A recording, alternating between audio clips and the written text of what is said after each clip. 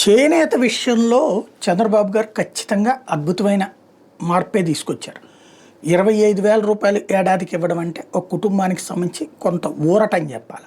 At the same time నెలవారీ పింఛన్లు ఎట్లాగో వస్తాయి.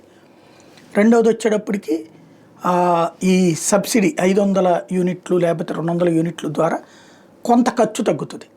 At the same time GST reimburse చేస్తామంటం ద్వారా వాళ్ళు అమ్ముకున్న సరుకుకి సంబంధించి ఖర్చు తక్కువతో ఆదాయం సంపాదించుకోవచ్చు.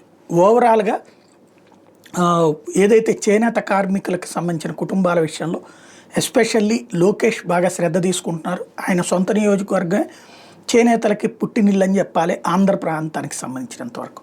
అందుకని ప్రత్యేక శ్రద్ధ తీసుకుని ఈ ఫాలోఅప్ చేయడంలో మొన్నట్లయితే తన నియోజకవర్గానికి సంబంధించినటువంటి వాటిట్లో ఏవైతే ఇనిషియేటివ్ తీసుకుని అక్కడంతా కూడా లైన్స్ అన్నీ ఏర్పాటు చేయించడం కావచ్చు, పవర్ లైన్స్ ఎక్కడ ప్రాబ్లం లేకుండా ఏర్పాటు చేయించడం కావచ్చు, ఇప్పుడు ఇవి కానీ పర్ఫెక్ట్గా తన నియోజకవర్గంలో చేసుకొస్తున్నారు. అది మొత్తం రాష్ట్రంలోని చేనేతలందరికీ ఉపయోగపడింది.